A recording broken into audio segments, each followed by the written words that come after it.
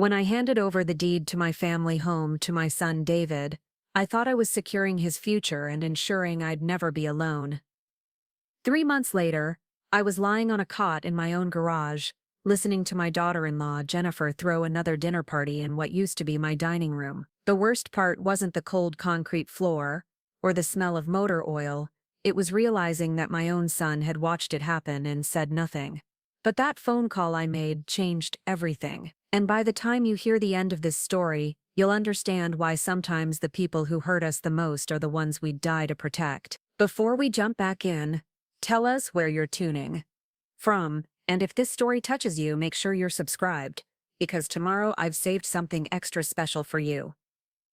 My name is Frances Young, though everyone's called me Fran since I was knee-high to a grasshopper. I'm 72 years old, and until recently I lived in the same house in Millbrook, Tennessee, where I'd raised my children and buried my husband. The house sits on 2 acres of land my late husband Carl bought in 1978, back when you could still afford decent property on a factory worker's salary. Carl passed away 4 years ago from lung cancer, and I'd been rattling around in that 4-bedroom house ever since, talking to his picture on the mantle and pretending the silence didn't bother me.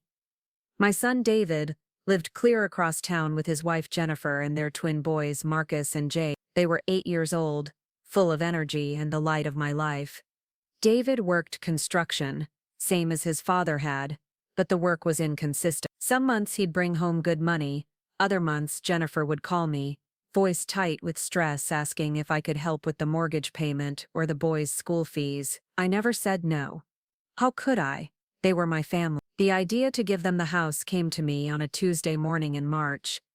I'd been watching the news, seeing stories about young families losing their homes, and I kept thinking about how hard David and Jennifer were working just to stay afloat. I owned my house outright, had been for 15 years. The property taxes were manageable and I had my Social Security plus Carl's pension. What did I need with all that space? I called David that afternoon and asked him to come over for coffee. He arrived looking tired, paint splattered on his work clothes, and I could tell from the way he rubbed his forehead that money was tight again. "Sit down, honey," I said, pouring him a cup of coffee the way he liked it, black with 2 sugar. "I've been thinking about something, and I want to run it by you." He looked at me with those brown eyes that reminded me so much of Carl, and I felt my heart squeeze with love for this man who'd been my baby boy not so long ago. "What is it, Mom?" "I want to give you the house." He nearly choked on his coffee. "What do you mean, give me the house?" "I mean sign it over to you, free and clear.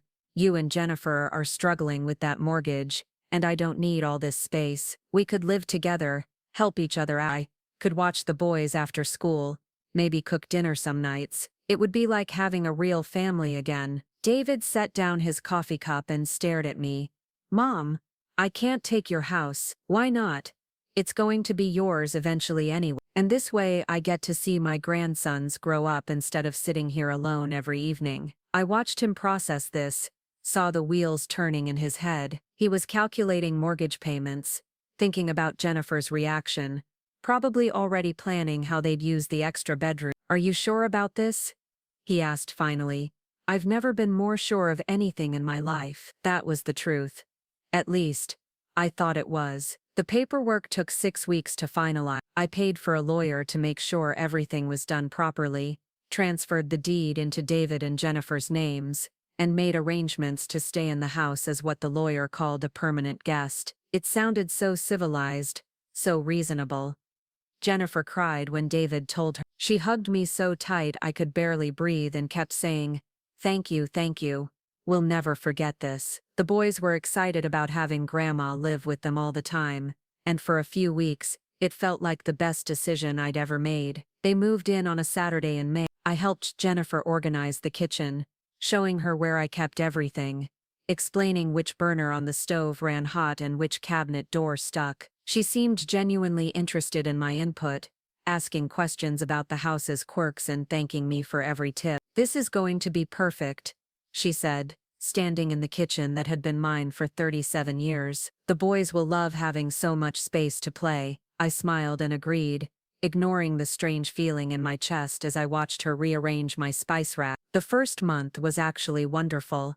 I'd wake up to the sound of little feet running down the hallway, and Jennifer would have coffee ready when I came downstairs. David would kiss my cheek before leaving for work, and I'd spend the day with the boys, helping with homework and playing in the yard. Jennifer seemed to appreciate having an extra pair of hands. She worked part-time at a dental office, and my being there meant she didn't have to pay for after-school care. The boys were comfortable with me, and I loved being part of their daily routine again. But things started to change in subtle ways. Jennifer began rearranging furniture without asking, saying she was just trying to make the space work better for the family. My favorite reading chair disappeared from the living room, replaced by a large sectional sofa that took up most of the room. When I asked about it, Jennifer said the chair had been moved to the basement because it didn't match the new color scheme. She started cooking different meals, foods I didn't particularly like, and when I offered to help or suggested alternatives, she'd smile tightly and say, "I've got it handled, Fran, you just relax." I told myself I was being too sensitive. After all, this was their home now, and they needed to make it their own. But I couldn't shake the feeling that I was slowly being erased from the life I'd built in this house. The boys started eating dinner earlier, while I was still in my room resting. Jennifer said it was easier to get them bathed and ready for bed if they ate by 6, and by the time I came downstairs, the dishes were already washed and put away. I'd heat up leftovers alone at the kitchen table, listening to their voices from the living room. David seemed oblivious to the changes. He'd come home tired from work, play with the boys for a bit, and then collapse in front of the television. When I tried to talk to him about feeling left out, he'd pat my shoulder and say, "Mom, you're imagining things. Jennifer's just trying to get into a routine." But I wasn't imagining the way Jennifer's smile never quite reached her eyes anymore, or how she'd change the subject whenever I tried to join conversation. I wasn't imagining the way she'd make plans for the family without including me, or how she'd answer for me when people asked if I wanted to come along to the boys' baseball games. "Fran prefers to stay home and rest," she'd say, though I'd never expressed any such preference. The breaking point came in July. I'd been living in the house for 2 months, and Jennifer announced that her mother was coming to visit for a week. She needed a place to stay, and since the guest room was already occupied by some of Jennifer's craft supplies, she wondered if I'd mind giving up my bedroom temporarily. "Just for a week," she said, not quite meeting my eyes. "Mom's got a bad back, and she really needs a proper bed." I wanted to say no. I wanted to point out that this was my house, that I'd lived in that bedroom for nearly 40 years, that her mother could stay in a hotel or sleep on the sofa bed in the basement. But the words stuck in my throat because I could see David in the kitchen, and I knew he'd side with his wife. "Where would I sleep?" I asked instead. "Well, there's that nice cot in the garage. It's actually quite comfortable, and it's only for a week." The garage. She wanted me to sleep in the garage. I looked at David, waiting for him to speak up, to tell his wife that his mother wasn't going to sleep with the lawnmower and paint cans. But he just stood there, shifting his weight from foot to foot, looking everywhere but at me. "I guess that would be okay," I heard myself say.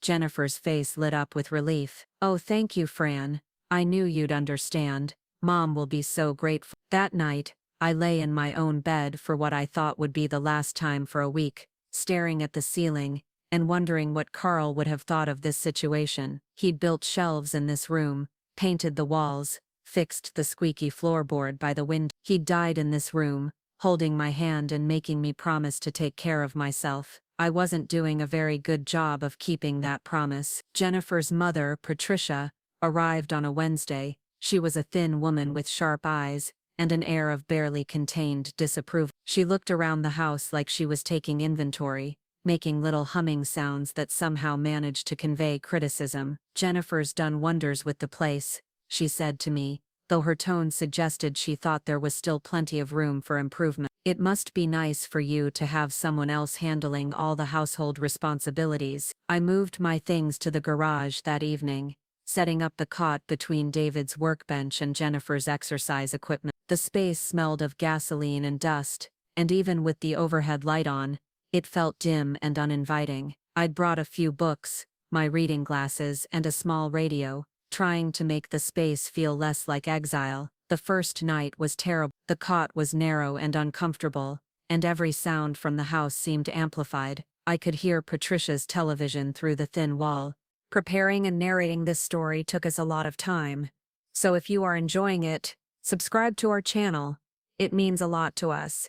Now, back to the story. The laugh track from her late-night shows echoing in the darkness. I barely slept, and when I did, I dreamed about Carl, about the early days when we'd been so happy in this house. I kept telling myself it was only for a week. I could endure anything for a week. But Wednesday became Thursday, then Friday, and Patricia showed no signs of leaving. When I asked Jennifer about it, she said her mother was having such a nice time that she'd decided to extend her visit. Just a few more days, Jennifer said, though she wouldn't meet my eyes. I spent my days trying to stay out of the way. Patricia had very specific ideas about how things should be done, and she wasn't shy about sharing them. She criticized the way I folded laundry, the way I loaded the dishwasher, even the way I talked to the boys. Children need structure, she told me after I'd helped Marcus with his math homework. Too much coddling makes them soft. I bit my tongue and retreated to the garage,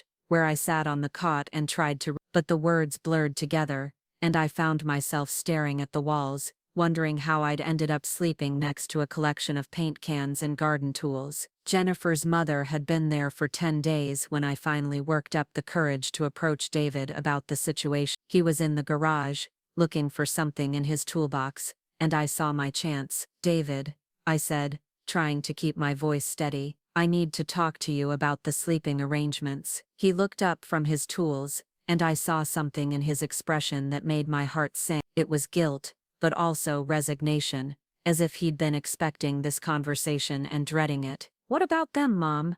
Your mother-in-law has been here for 10 days. When is she leaving?" David sighed and sat down on an overturned bucket. "She's not, Mom." Jennifer asked her to move in permanently. "She's been lonely since her husband died, and Jennifer thinks it would be good for the boys to have their grandmother around." I felt like I'd been punched in the stomach. "But what about me? Where am I supposed to sleep?" "Well, you seem to be doing fine out here, and it's not like it's permanent. We'll figure something out." I stared at my son, this man I'd raised, who'd once crawled into my bed during thunderstorms and told me I was the best mom in the world. He wouldn't look at me directly, just kept fidgeting with a wrench like it was the most important thing in the world. "David, I gave you this house. I signed over the deed so you and Jennifer could have a better life. I never expected to be living in the garage." "Nobody expected this," he said, finally meeting my eyes. "But Patricia needs a place to stay, and there's only so much room in the house. You said you wanted to help the family, right? Well, this is help." I felt something break inside me then, something that had been cracking for weeks, but had finally shattered completely. My son was choosing his mother-in-law over his own mother, and he was acting like it was perfectly reasonable. "So I'm supposed to live in the garage permanently. It's not that bad out here. You've got privacy, your own space, and you're still part of the family." But I wasn't part of the family anymore. I was an inconvenience, a problem to be managed, a reminder of obligations they'd rather forget. The house I'd given them as a gift had become my prison, and the son I'd raised had become my jailer. That night, lying on the cot with the smell of motor oil in my nostrils, and the sound of the family I'd sacrificed everything for laughing in the house I'd built, I made a decision. I wasn't going to accept this. I wasn't going to let them treat me like a burden they were doing a favor by tolerating. I was going to make a phone call that would change everything. But first,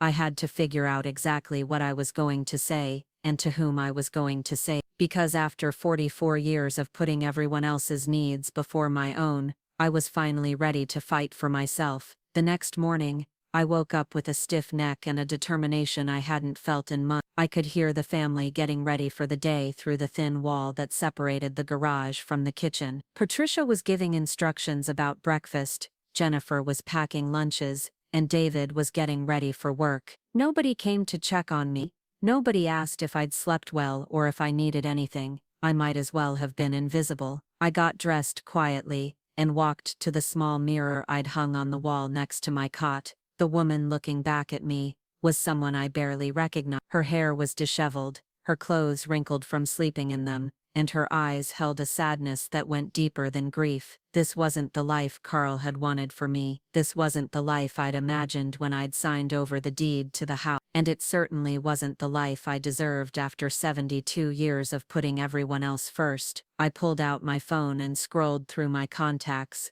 looking for the number I needed. My finger hovered over the screen for a moment, doubt creeping in. Was I overreacting? Was I being ungrateful? Should I just accept this situation and try to make the best of it? Then I heard Patricia's voice through the wall, sharp and commanding, as she told Jennifer how to properly organize the pantry. In my pantry, in my house, the house I'd given away, because I thought it would bring my family closer together. I pressed the number and waited for someone to answer. "Hello," I said, when the call connected. "I need to speak with someone about reversing a property transfer. I believe I may have been taken advantage of." The voice on the other end was professional and sympathetic. "Can you tell me a little more about your situation, Mrs. Young?" I looked around the garage, at the cot that had become my bed, at the few belongings I'd been allowed to keep, at the concrete floor that was now my bedroom. And then, I began to tell my story. By the time I finished,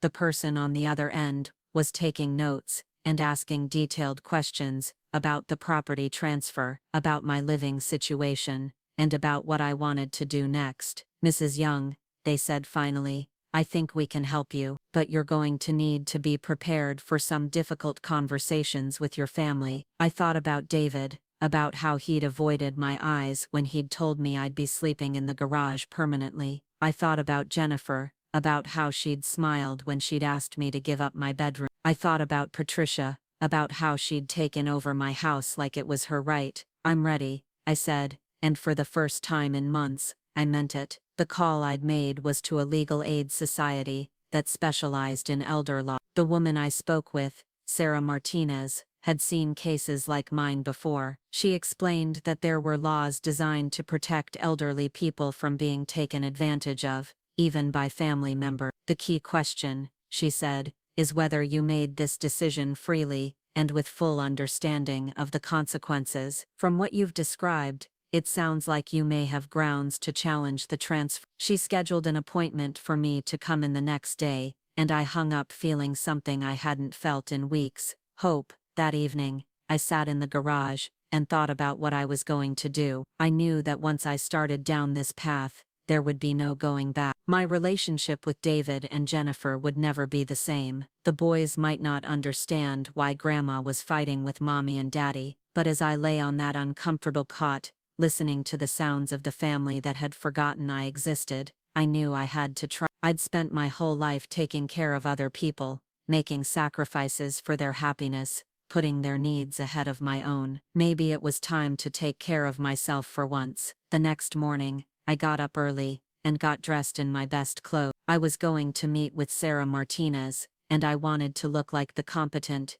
independent woman I'd been before I'd given away my power along with my house. I was about to leave when David appeared in the garage doorway. He looked uncomfortable, shifting his weight from foot to foot, the way he'd done as a child when he was in trouble. "Mom, Jennifer wanted me to ask you something." I waited, not trusting myself to speak. "Patricia's been having some health issues, and she needs to stay close to her doctor. Jennifer was wondering if you'd be okay with the garage arrangement being more long-term." I looked at my son, this man who'd once been my baby, who'd once told me he'd always take care of me. He couldn't even ask me directly if I'd be willing to live in the garage permanently. He had to frame it as a favor to Patricia. "What do you think, David?" I asked quietly. He looked away. "I think we all need to make sacrifices for family." "I see," I said, "and what sacrifices are you and Jennifer making?" He didn't answer, just stood there looking miserable. And in that moment, I realized that my son wasn't a bad person. He was just weak. He'd chosen the path of least resistance, the one that kept peace in his marriage and avoided difficult conversations. But his weakness had cost me everything. "I have to go out for a while," I said, picking up my purse. "I have an appointment." "What kind of appointment?" I looked at him one more time, memorizing his face, because I knew that after today, everything would be different. "The kind that's going to change everything," I said, and walked past him toward my car. As I drove to Sarah Martinez's office, I thought about the woman I'd been before I'd given away my house. She'd been independent, self-sufficient, proud of what she'd accomplished. She'd raised children, buried a husband, and managed to build a life that had meaning and purpose. Somewhere along the way, I'd lost that woman. I'd let her disappear under the weight of other people's expectations and needs. But maybe it wasn't too late to find her again. Maybe it was time for Frances Young to stand up and fight for herself. The legal aid office was in a modest building downtown, and Sarah Martinez turned out to be a woman about my daughter's age, with kind eyes and a no-nonsense attitude. She listened to my story without interrupting, taking notes, and asking clarifying questions. "Mrs. Young," she said when I finished, "I have to ask you something, and I want you to be completely honest with me. When you signed over the deed to your house, did you understand that you were giving up all legal rights to the property?" I thought about that day in the lawyer's office, about how eager I'd been to help my family, about how I'd focused on the joy of giving, rather than the reality of what I was losing. "I understood it legally," I said slowly, "but I don't think I understood it emotionally. I thought I was joining their family, not giving up my independence." Sarah nodded. "That's what I thought. The law recognizes that there's a difference between a truly voluntary transfer and one that's made under duress or without full understanding of the consequence." She explained that there were several options available to me, ranging from mediation to filing a lawsuit, to reverse the transfer. Each option had risks and benefits, and none of them would be easy. "The most important thing," she said, "is that you're clear about what you want. Do you want your house back? Do you want to continue living there but with better arrangements? Do you want to move somewhere else entirely?" I thought about it for a long moment. What did I want? "I want my dignity back," I said finally. "I want to be treated like a person, not like a problem to be solved. And I want my family to understand that love isn't supposed to come at the cost of your self-respect." Sarah smiled. "Then let's figure out how to make that happen." We spent the next hour going over my options and developing a plan. Sarah would contact David and Jennifer's lawyer, the one who'd handled the property transfer, and request a meeting to discuss the situation. She'd also begin preparing the paperwork needed to challenge the transfer if mediation wasn't successful. "This is going to get complicated," she warned me. "Your family isn't going to be happy about this. Are you prepared for that?" I thought about sleeping in the garage,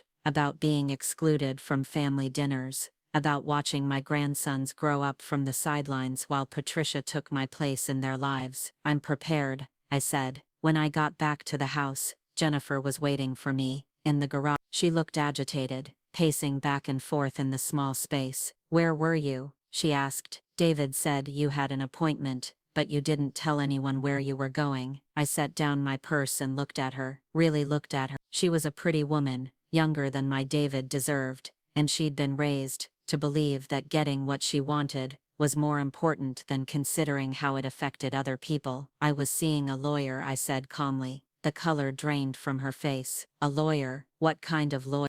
The kind that helps elderly people who've been taken advantage of. Jennifer's mouth opened and closed like a fish. "Taken advantage of? Fran, what are you talking about? We've given you a place to live. You've given me a cot in the garage," I interrupted. "After I gave you a house worth $300,000. That was a gift. You can't just take back a gift." "Actually," I said, "under certain circumstances, I can, especially when the gift was given under false pretenses." Jennifer's face was getting red now, and I could see the anger building in her eyes. "False pretenses? You offered us the house. Nobody forced you to do anything. I offered to share the house with you. I offered to be part of the family. I didn't offer to be your live-in babysitter who sleeps in the garage. You're being ridiculous. This is temporary, just until we figure out." "No," I said firmly. "This is permanent. David told me so this morning. Patricia is staying, and I'm expected to live out here indefinitely." Jennifer's composure cracked completely then. "Well, maybe that's what's best for everyone. Maybe it's time you realized that this isn't your house anymore, and you don't get to make the rules." There it was, the truth she'd been hiding behind politeness and manipulation. She'd never intended for me to be part of the family. She'd planned from the beginning to push me aside, as soon as she had what she wanted. "You're right," I said quietly. "This isn't my house anymore. But it's about to be again." I walked past her toward the house, leaving her standing in the garage, with her mouth hanging open. I had phone calls to make, and I wanted to make them from the kitchen where I'd once been welcome. The kitchen was empty, Patricia having taken the boys to the park. I sat at the table where I'd eaten thousands of meals, where I'd helped my children with homework, where I'd held Carl's hand during his final weeks. I called David at work. "Mom," he sounded worried. Jennifer said, "You went to see a lawyer." I did. "What's going on? Are you okay?" I almost laughed. Was I okay? I was sleeping in a garage, being treated like an intruder in my own home, and my son was asking if I was okay. "No, David, I'm not okay, but I'm going to be." "Mom, whatever Jennifer said to you, I'm sure she didn't mean." "David, stop. Just stop. I need you to listen to me very carefully." I took a deep breath and said the words I'd been practicing in the car. "I'm challenging the property transfer. I'm going to court to get my house back." There was silence on the other end of the line for so long that I thought he might have hung up. "Mom, you can't do that. We've already put money into this place. We've made it our home, and you've made me homeless in the process." "You're not homeless. You're living here with us." "I'm living in the garage, Dave. Your mother is sleeping next to the lawnmower because your wife decided she'd rather have her mother here than me." "It's not like that. It's exactly like that. And if you can't see it, then maybe you're not the man I raised you to be." I hung up before he could respond, my hands shaking with adrenaline and fear and something that might have been pride. I'd stood up to my son for the first time in his adult life, and it felt terrifying and liberating at the same time. The phone rang almost immediately. I let it go to voicemail. It rang again and again. I turned off the ringer and went to pack my things.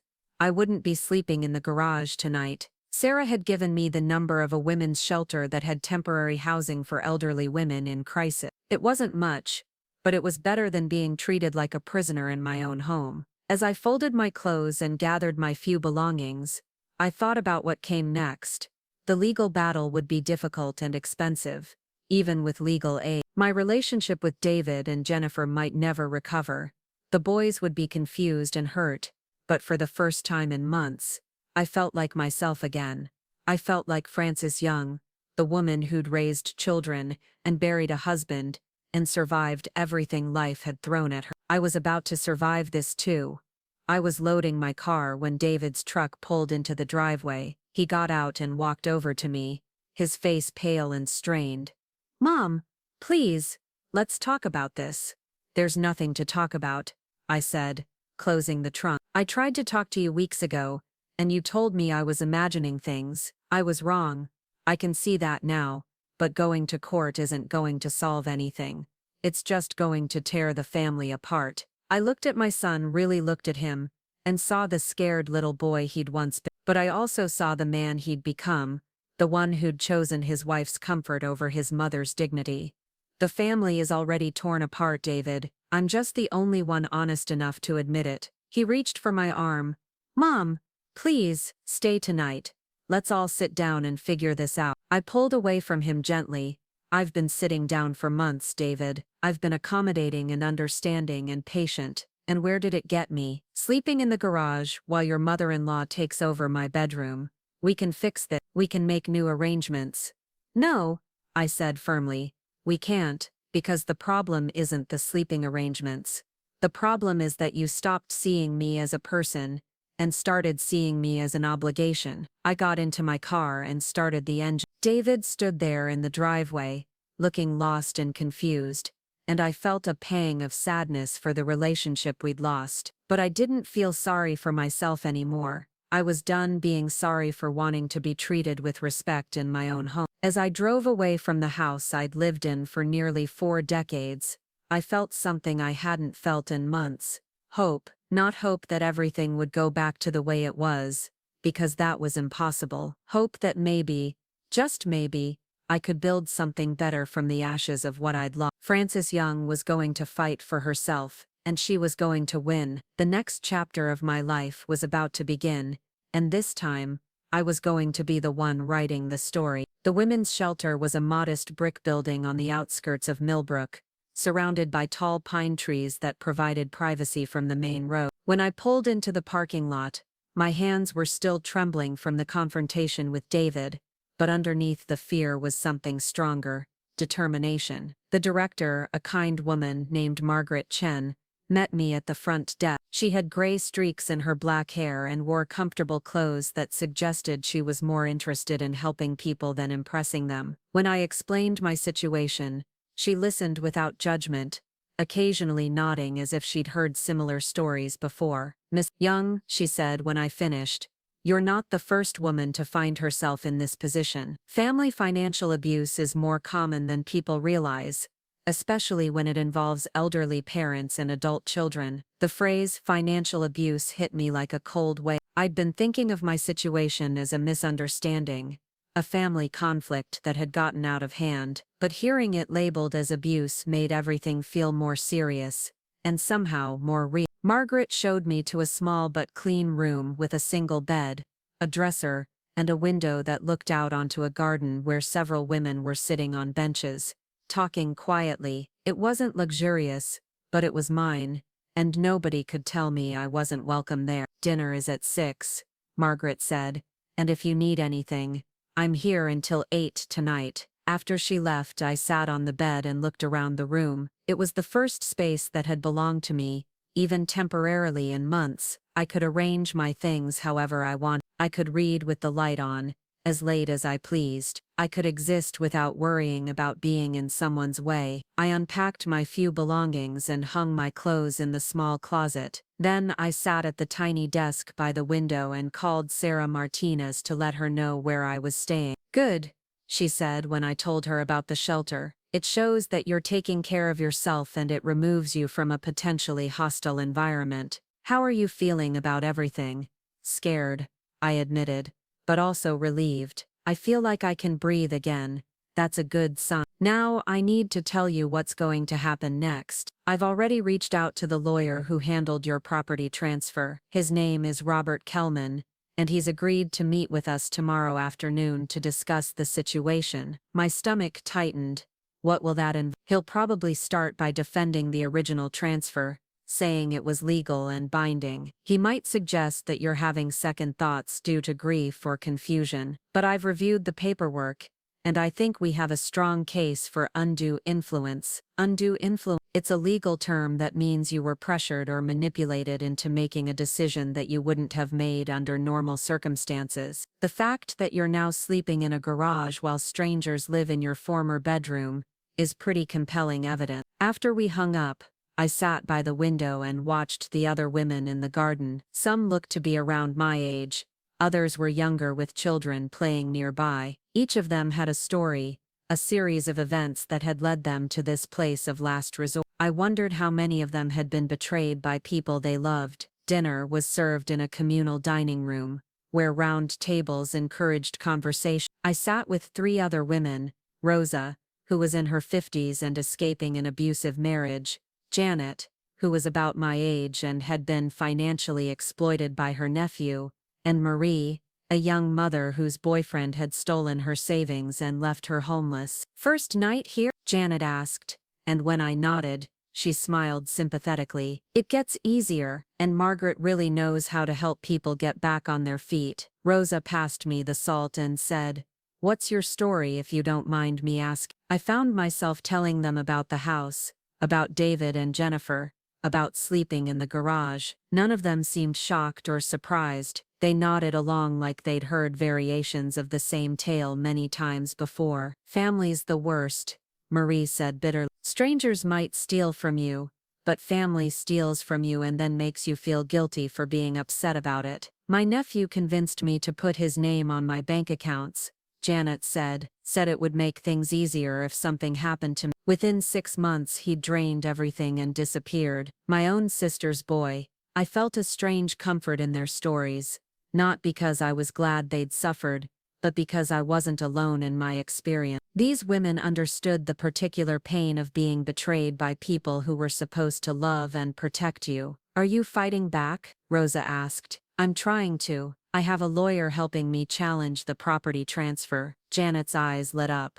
"Good for you. Most people just accept it, figure it's not worth the fight." but you've gotta stand up for yourself. Nobody else will. That night, lying in my narrow bed in the unfamiliar room, I thought about what Janet had said. For most of my life I'd been the one taking care of other people. I'd stood up for my children when they were young, fought for Carl when the insurance company tried to deny his medical claims, advocated for my grandchildren when their teachers weren't giving them enough attention, but I'd never really learned how to fight for myself. I'd been raised to be accommodating, to put others' needs first, to avoid conflict whenever possible. Those qualities had served me well as a wife and mother, but they'd also made me an easy target for people who were willing to take advantage of kindness. I was about to learn how to be a different kind of woman. The next morning, I woke up early and had breakfast with Margaret. She told me about the shelter's services, including counseling and legal advocacy,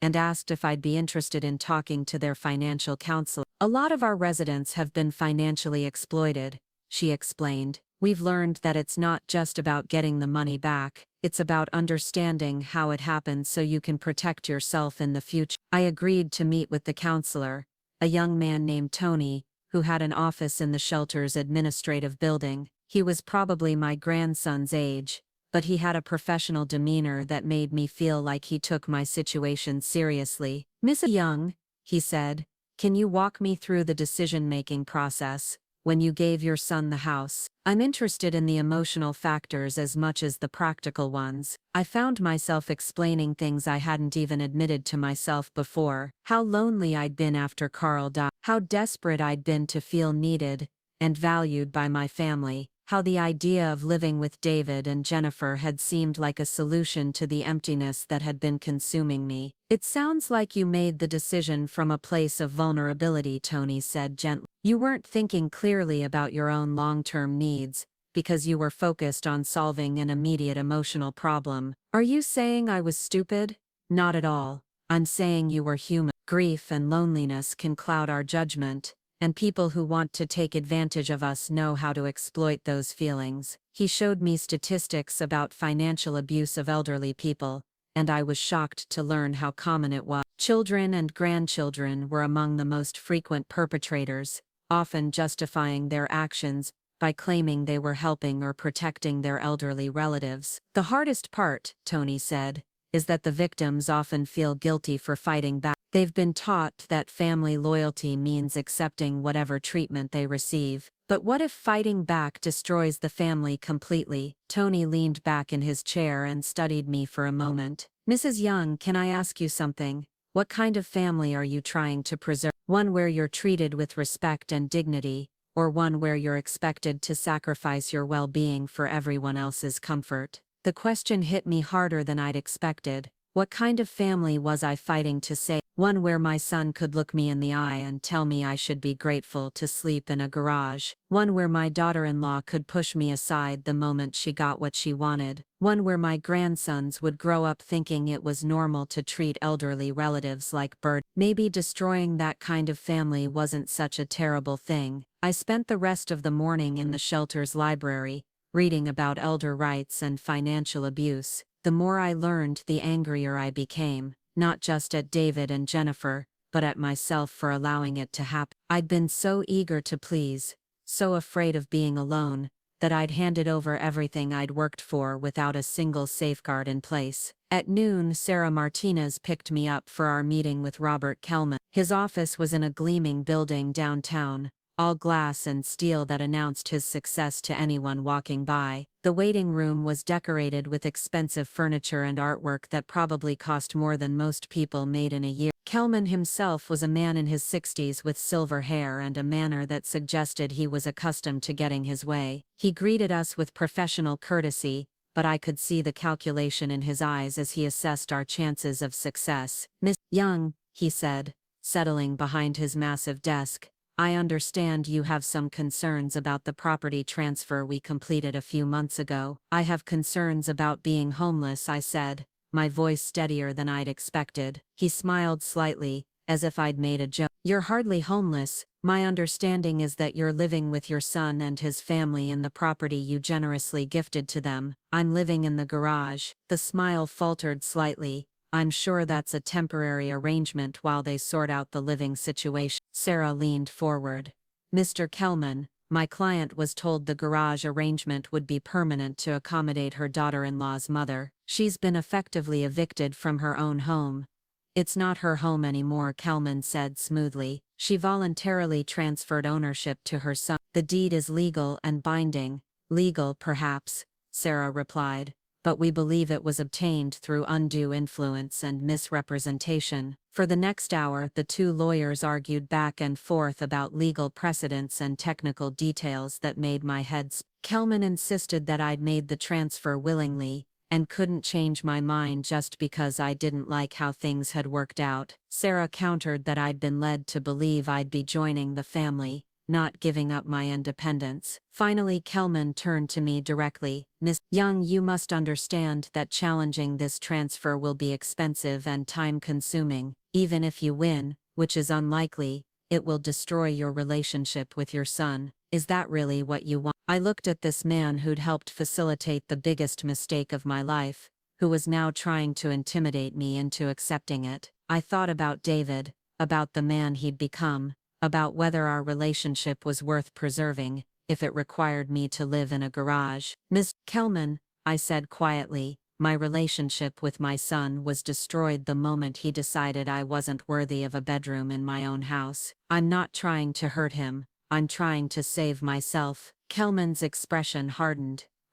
Well, if you're determined to proceed with this frivolous lawsuit, you should know that my clients will defend their rights vigorously. They've invested considerable money and effort into that property, and they won't give it up without a fight. Neither will I said, standing up. That house represents 40 years of my life and my husband's work. If your clients want to keep it, they can pay me fair market value for it. As we left his office, Sarah was quiet until we reached her car. Then she turned to me with something like admiration in her eye. That was well done, she said. You didn't let him intimidate you, and you made it clear that you're serious about this. What happens now? Now we file the paperwork to challenge the transfer, and then things are going to get unpleasant. She wasn't wrong. Within hours of our meeting with Kelman, my phone started ringing. First David, then Jennifer, then even Patricia, all demanding to know what I thought I was doing. I turned off my phone and spent the evening in the shelter's common room,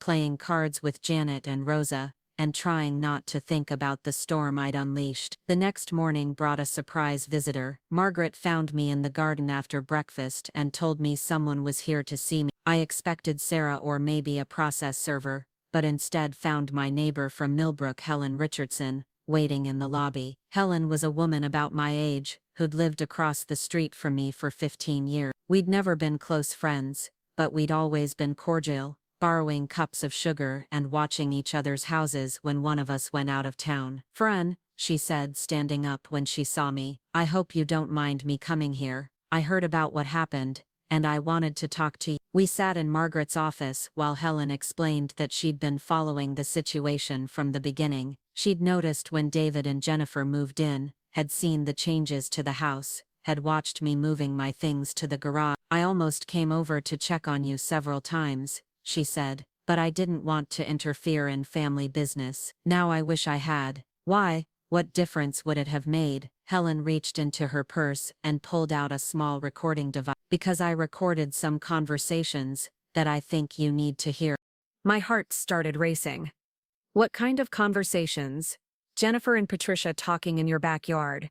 They thought nobody could hear them, but sound carries further than they realized. Helen played the recording, and I listened in growing shock as I heard Jennifer's voice, clear and unmistakable, talking to her mother about their plans for me. She'll be fine in the garage, Jennifer was saying. It's actually better for everyone this way. She won't be underfoot all the time, and we can use her bedroom for Mom's things. Patricia's voice came through clearly. Are you sure she won't cause problems? What if she changes her mind about the house? She can't change her mind, the papers are already signed, and Robert said the transfer is rock solid. Besides, where else is she going to go? She doesn't have any other family, and she can't afford a place on her own. Jennifer laughed, a sound that made my blood run cold. David feels guilty, but he'll get over it. He always does what I tell him eventually. The recording continued for several more minutes, with the two women discussing their plans to gradually push me further to the margins of the family. They talked about eventually converting the garage into a more permanent living space, complete with a small kitchenette and bathroom, so I wouldn't need to come into the house at all. When it ended, I sat in silence, trying to process what I'd heard. It wasn't just thoughtlessness or insensitivity. It was a calculated plan to isolate and control me while taking everything I'd worked for. "I'm sorry you had to hear that," Helen said softly. "But I thought you should know what you're really dealing with." I thanked her for bringing me the recording, and asked if she'd be willing to testify about what she'd witnessed. She agreed without hesitation, saying she'd been feeling guilty about not speaking up sooner. After Helen left, I called Sarah and told her about the recording. Her excitement was audible through the phone. "This changes everything," she said. "This is evidence of premeditation and deception. It proves that they never intended to honor the spirit of your arrangement." "What does this mean for the case?" "It means we're not just arguing about a property transfer anymore. We're talking about fraud and elder abuse. And that's something courts take very seriously." That afternoon, I met with a detective from the county sheriff's office who specialized in elder abuse cases. Detective Maria Santos was a woman in her 40s with kind but determined eyes, who listened to my story and Helen's recording with growing interest. "Miss Young," she said when I finished, "what your family did to you constitutes financial exploitation of an elderly person, which is a felony in this state. We can pursue criminal charges if you're willing to proceed." The word criminal hit me like a physical blow. I'd been thinking of this as a civil matter, a family dispute that needed legal resolution, but Detective Santos was talking about David and Jennifer potentially going to jail. "I don't want to put my son in prison," I said weakly. "I understand that, but you need to consider what message you're sending if you don't hold them accountable. They took advantage of your grief and loneliness to steal your home. What happens to the next elderly person they encounter?" I thought about that for a long time. Was I just another victim in a pattern of behavior? Would they do this to someone else's mother if they thought they could get away with it? Detective Santos gave me time to think about it, but she also started her own investigation. She interviewed Helen, reviewed financial records, and began building a case that would hold my family accountable for what they'd done to me. Meanwhile, Sarah was preparing our civil case with new confidence. The recording had transformed our chances from uncertain to excellent, and she began talking about not just getting my house back, but also seeking damages for the emotional distress and financial losses I'd suffered. "They're going to try to settle now," she predicted. "Kelman knows that recording destroys any chance they had of defending this in court." She was right. 2 days later, Kelman called requesting a settlement conference. He suggested that David and Jennifer were willing to discuss alternative arrangements that might satisfy everyone involved. "What kind of arrangements?" Sarah asked. "They're prepared to deed back a portion of the property, perhaps the back acre where Mrs. Young could build a small cottage. They'd also be willing to provide financial compensation for her inconvenience." I listened to Sarah relay this offer and felt a mixture of rage and disbelief. They wanted to give me a corner of my own property and call it a fair settlement. They still didn't understand that this wasn't about real estate or money. It was about dignity and respect, and the right to be treated like a human being. "Tell them no," I said. "I want my house back, all of it, and I want them to understand that what they did was wrong." Sarah smiled. "I thought you might say that. I'll let Kelman know that we're prepared to go to trial." That night, lying in my narrow bed at the shelter, I thought about how much my life had changed in just a few weeks. I'd gone from being a dependent, grateful recipient of my family's charity, to being a woman fighting for her rights in court. It was terrifying and empowering at the same time. The next morning brought another surprise. Margaret told me I had visitors, and when I went to the lobby I found Marcus and Jake, my grandsons, sitting on the couch with their backpacks, looking confused and scared. "Grandma Fran," Marcus called out, running to hug me. "Mom said you were sick and staying at the hospital, but this doesn't look like a hospital. My heart broke a little as I realized that Jennifer had been lying to the boys about where I was and why I wasn't at the house anymore. I knelt down to their level and tried to figure out how to explain the situation without damaging their relationship with their parents. "I'm not sick, sweetheart," I said gently. "I'm just staying somewhere else for a while." "Why?" Jake asked. "Don't you want to live with us anymore?" Before I could answer, David appeared in the doorway, looking haggard and desperate. He must have been waiting in the car while the boys came inside. "Mom," he said, his voice cracking slightly, "we need to talk." I looked at my son, really looked at him, and saw something I hadn't seen before: genuine remorse. His face was pale, his eyes were red-rimmed, and he looked like he hadn't been sleeping well. "About what?" I asked. "About fixing this, about making things right." Margaret appeared and offered to let the boys play in the recreation room while David and I talked. As we watched them run off, chattering excitedly about the games they'd discovered, David turned to me with tears in his eyes. "Mom, I'm sorry. I'm so sorry. I don't know how things got so messed up." I wanted to comfort him, to tell him everything would be okay the way I had when he was little, but I couldn't do that anymore. Too much had happened, and too much damage had been done. "David," I said quietly, "do you understand what you and Jennifer did to me?" He nodded miserably. "We were selfish. We were thinking about ourselves and not about you. You were thinking about my house and my money. You stopped thinking about me as a person." "I know, and I hate myself for it." We sat in silence for a moment, watching through the window as other families came and went from the shelter. I wondered how many of them were dealing with betrayals similar to mine. "What do you want from me, David?" "I want you to come home. I want us to be a family again." "And what about Jennifer? What about Patricia?" David's face darkened. "I told Jennifer that if she couldn't treat you with respect, she could leave, and Patricia is going back to her own apartment." I studied my son's face, looking for signs of deception or manipulation, but all I saw was exhaustion and regret. "What changed your mind?" "Helen played me the recording," he said quietly. "I heard what Jennifer really thought about you, about us." I realized I'd been letting her make decisions that should have been mine.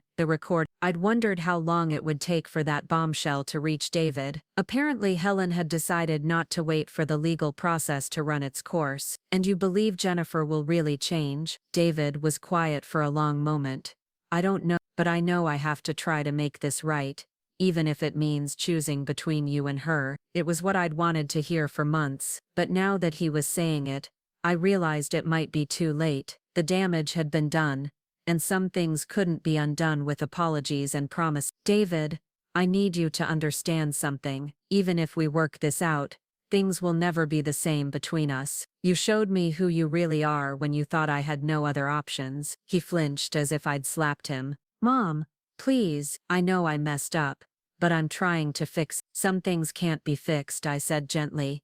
"They can only be accepted and learned from." We talked for another hour, with David begging me to come home and me explaining why that wasn't possible anymore. The trust was broken, the relationship was damaged, and no amount of wanting could undo what had been done. Finally, David gathered up the boys and prepared to leave. As they hugged me goodbye, Marcus whispered in my ear, "Grandma, are you mad at Dad?" I pulled back and looked into his innocent 8-year-old eyes. "No, sweetheart, I'm not mad. I'm just sad that sometimes grown-ups make mistakes that hurt the people they love." "Can't you forgive him? You always tell us to forgive each other when we fight." Out of the mouths of babes. My grandson had just asked the question that would determine the rest of my life. Could I forgive David for what he'd done? I didn't know the answer, but I knew I was about to find out. After they left, I sat in the garden and thought about forgiveness. I'd been raised to believe that family forgave each other no matter what,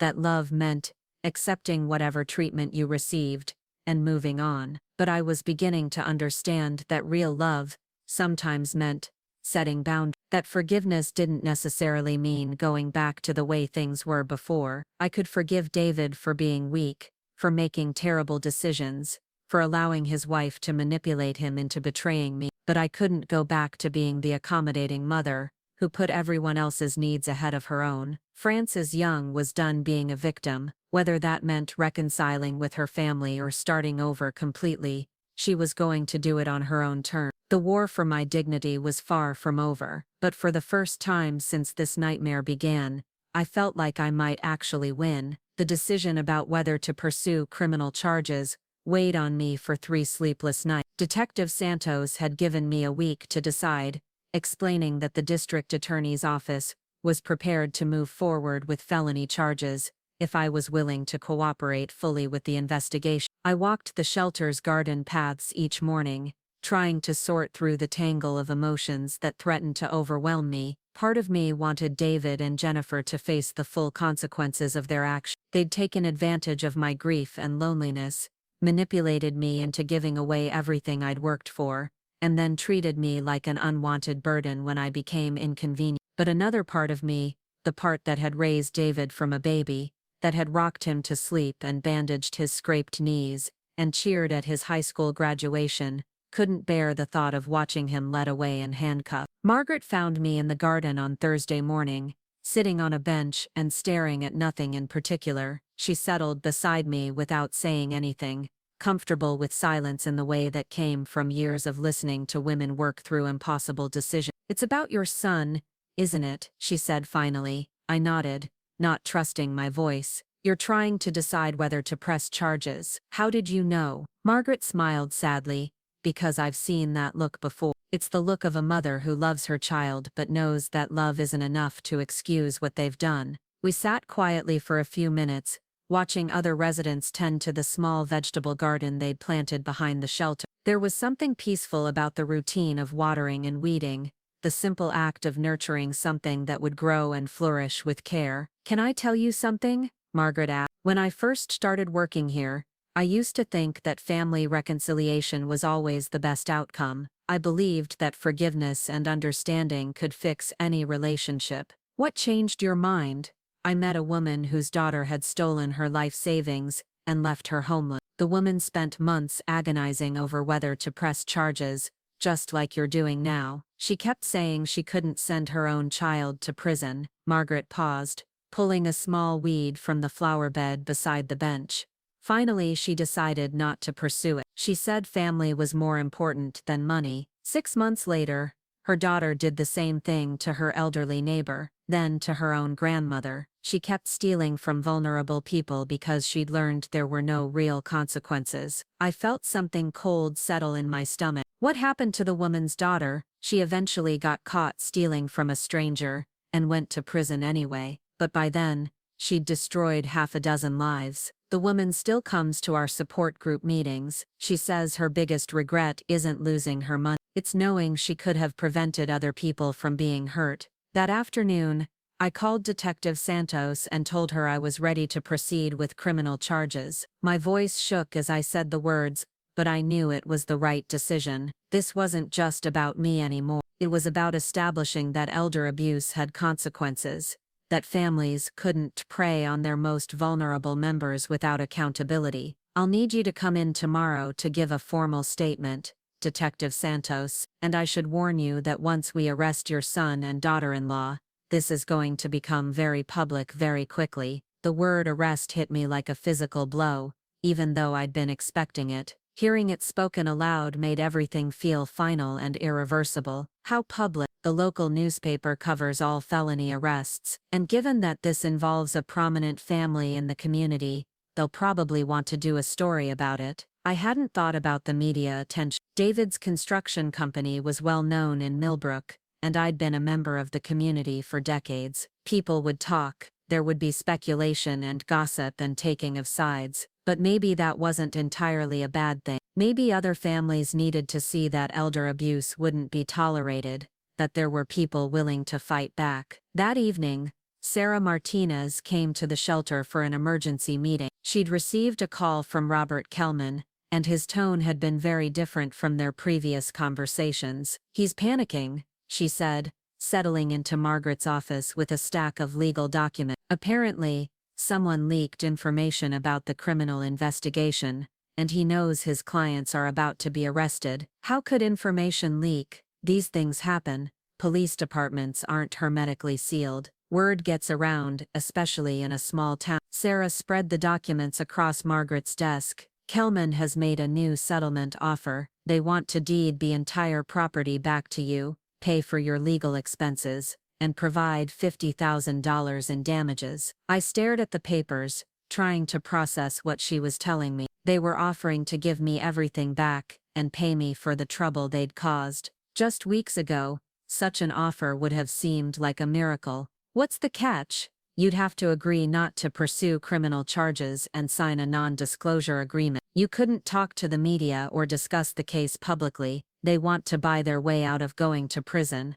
Essentially, yes. I thought about the conversation I'd had with Margaret, about the woman whose daughter had continued stealing because there had been no consequence. I thought about David and Jennifer sitting in their lawyer's office, probably convinced that money could fix anything. What do you think I should do? Sarah leaned back in her chair. Legally, it's a very good offer. You'd get everything you want materially, and you wouldn't have to go through the stress of a trial. But personally, I think they need to face the consequences of what they did. And if I refuse the settlement, then we proceed with both the criminal case and the civil lawsuit. It will take longer, it will be more stressful, and there's always some risk involved in going to trial. But you'd be making a statement that this kind of behavior is unacceptable. I asked for time to think about it, and Sarah agreed to give Kelman an answer by Monday morning. That gave me the weekend to make a decision that would affect the rest of my life and potentially the lives of my son and grandsons. Friday afternoon brought an unexpected visit. Helen Richardson appeared at the shelter again, this time looking nervous and fidgety in a way that was completely unlike her usual composed demeanor. "Fran," she said, once we were settled in the visiting area, "I need to tell you something, and I don't think you're going to like it." My stomach dropped. "What is it?" "Jennifer came to see me yesterday. She wanted to know if I had any recordings of their conversations." "What did you tell her?" "I told her I didn't know what she was talking about, but she didn't believe. She said she knew I was the one who told David about what she'd said, and she wanted me to know that if I testified against them, she'd make sure everyone in town knew I'd been spying on my neighbors." I felt a surge of anger that surprised me with its intensity. She threatened, not in so many words, but she made it clear that my reputation would suffer if I got involved in their legal troubles. Helen twisted her hands in her lap, clearly uncomfortable with the conversation. "Fran, I want to help you. I really do, but I've lived in this town for 40 years. My late husband's family is buried in the cemetery here. If people think I'm the kind of person who records private conversation, without them, it would be much harder to prove that David and Jennifer had acted with premeditation and malice." "I'm sorry," Helen whispered. "I feel terrible about this. You've already done more than most people would. I can't ask you to sacrifice your own peace of mind for my problem." After Helen left, I sat in the garden and tried to absorb this new setback. Jennifer was clearly more calculating than I'd given her credit for. She'd identified the biggest threat to their defense and moved quickly to neutralize it, but she'd also made a mistake. By threatening Helen, she'd shown that she was still trying to manipulate and control the situation. She hadn't learned anything from what had happened. She wasn't sorry for what she'd done, she was just sorry she'd been caught. That realization made my decision about the settlement offer much easier. Saturday morning, I woke up with a clarity I hadn't felt in weeks. I called Sarah and told her to reject Kelman's offer. I was going to pursue both criminal and civil cases, regardless of the stress or uncertainty involved. "Are you sure?" Sarah asked. "This is your last chance to avoid a trial." "I'm sure. Jennifer just proved to me that she hasn't learned anything from this experience. If I let her buy her way out of consequences, she'll just find new ways to hurt vulnerable people." "What about David? He seemed genuinely remorseful when he visited you." "I thought about my son, about the pain in his eyes when he'd apologized. David made his choice when he let Jennifer treat me like garbage. Now he has to live with the consequences." "All right then. I'll call Kelman and let him know. Things are about to get very interesting." She wasn't kidding. Monday morning brought news that David and Jennifer had been arrested at their home in front of the neighbors and the boys. Detective Santos called to let me know that they'd been charged with financial exploitation of an elderly person and conspiracy to commit fraud. They've been released on bond, she said, but they're not allowed to have any contact with you or with the property until this is resolved. What about Marcus and Jake? They're staying with Jennifer's sister for now. Child Services is monitoring the situation, but the children aren't considered to be in danger. I hung up and sat in my small room, trying to process the fact that my son was now a criminal defendant. The abstract idea of pressing charges had become a concrete reality, and I felt a mixture of satisfaction and grief that was difficult to untangle. Margaret knocked on my door an hour later. There are some reporters outside who want to talk to you. You don't have to speak to them if you don't want to. I thought about the non-disclosure agreement I'd rejected, about Jennifer's attempt to silence Helen, about all the elderly people who suffered in silence because they were ashamed to admit their families had betrayed them. I'll talk to them, I said. The reporters were from the local newspaper and a television station from the next county over. They were professional and respectful, asking questions about elder abuse in general rather than trying to sensationalize my personal story. Millie Young, one of them asked, "What would you say to other elderly people who might be in similar situations?" I thought carefully before answering. I'd say that family loyalty doesn't mean accepting abuse, that you have rights regardless of your age, and there are people who will help you enforce those rights.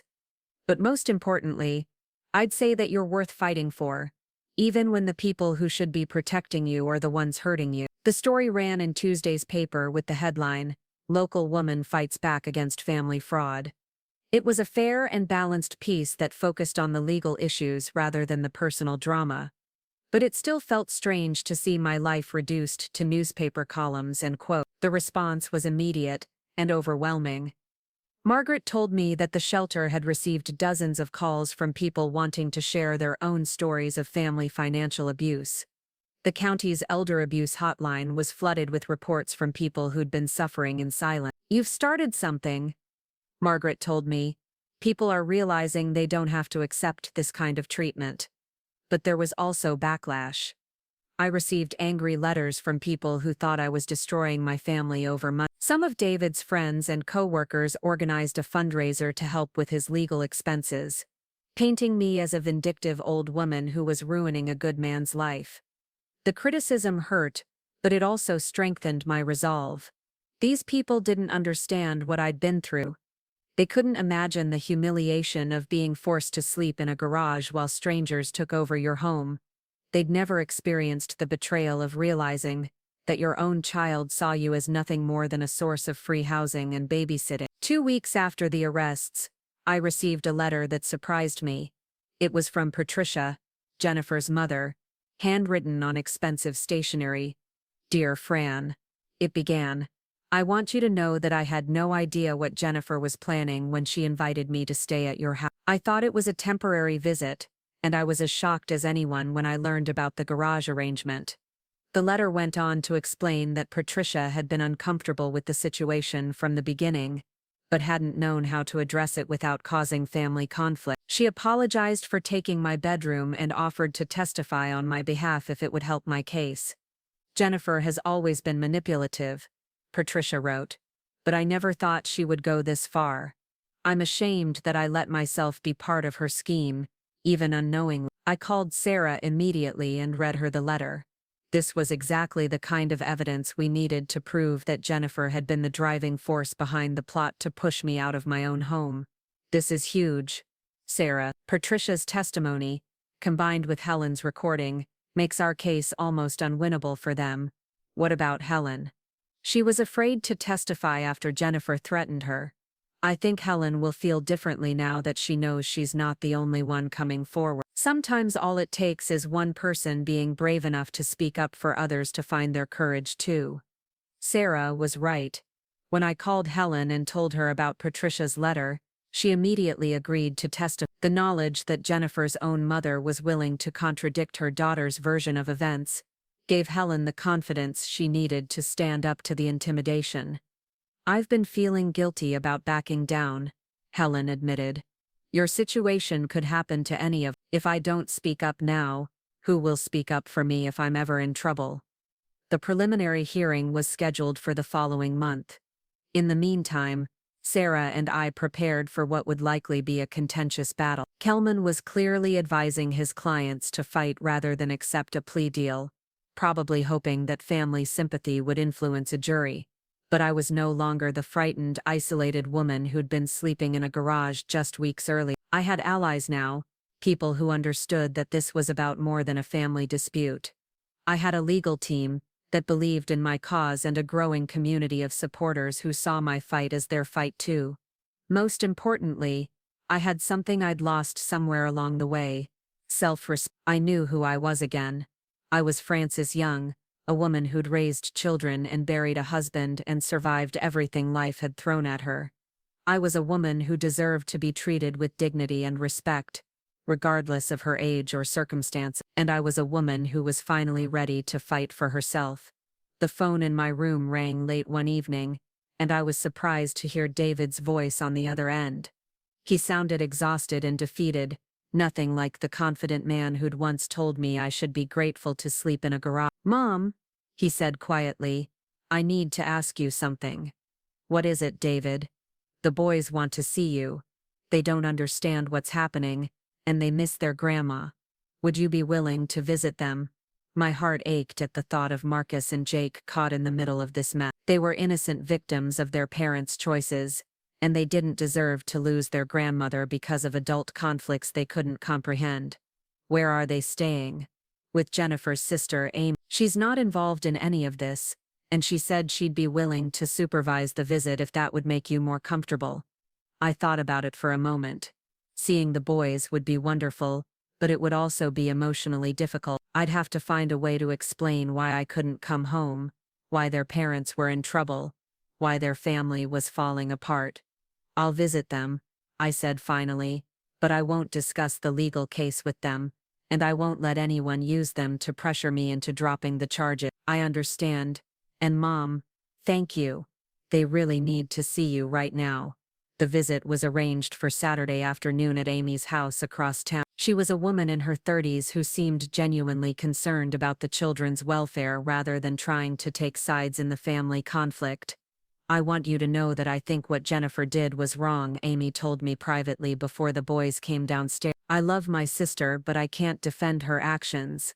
Marcus and Jake ran to me the moment they saw me, nearly knocking me over with the force of their hugs. They looked thinner than I remembered, and there were dark circles under their eyes that spoke of too many sleepless nights and too much adult stress in their young lives. "Grandma Fran," Marcus said, squeezing me tight, "why haven't you come to see us? Mom said you were mad at us." My heart broke a little more.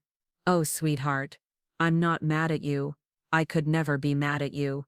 Sometimes grown-ups have problems that have nothing to do with children." We spent the afternoon playing games and reading stories, trying to create a bubble of normalcy in the chaos that had become their lives. But I could see the confusion and fear in their eyes, the way they clung to me as if they were afraid I might disappear again. When it was time to leave, Jake started crying. "Please come home, Grandma. Please make everything go back to the way it was." I knelt down and looked into his tear-stained face, searching for words that might comfort him without making promises I couldn't keep. "Jake, sometimes things change in ways we don't like, and we can't make them go back to how they were before, but that doesn't mean the love goes away. I will always love you and Marcus, no matter what happens. But where will you live? Will we ever see you again?" "You'll see me again," I promised. "Maybe not as much as before, but you'll see me, and wherever I live, you'll always be welcome there." Driving back to the shelter, I cried harder than I had since the day Carl died. Those boys didn't deserve any of this. They didn't deserve to have their family torn apart by their parents' greed and selfishness. They didn't deserve to lose their grandmother because their mother couldn't treat me with basic human decency. But they also didn't deserve to grow up thinking that elder abuse was acceptable, that family members could exploit and manipulate each other without consequence. Maybe the pain they were experiencing now would teach them valuable lessons about respect and integrity that would serve them well in the future. The preliminary hearing was 2 weeks away, and I was determined to be ready for whatever Jennifer and her lawyer threw at me. I owed it to myself, to other elderly people who might find themselves in similar situations, and to my grandsons, who deserve to inherit a world where vulnerability wasn't an invitation for exploitation. Frances Young had found her voice again, and she wasn't going to be silenced by threats, bribes, or emotional manipulation. The fight for my dignity was about to reach its climax, and I was ready for battle. The courthouse in downtown Millbrook was a stately brick building that had presided over the town's legal matters for over a century. As I climbed the worn stone steps on the morning of the preliminary hearing, I felt the weight of history and the gravity of what I was about to do. This wasn't just about getting my house back anymore. It had become a test of whether the legal system would protect elderly people from family predators. Sarah met me at the entrance, her briefcase loaded with evidence and her expression confident but serious. She'd spent weeks preparing for this moment, interviewing witnesses, reviewing financial records, and building what she called an ironclad case against David and Jennifer. "How are you feeling?" she asked, as we walked through the security checkpoint.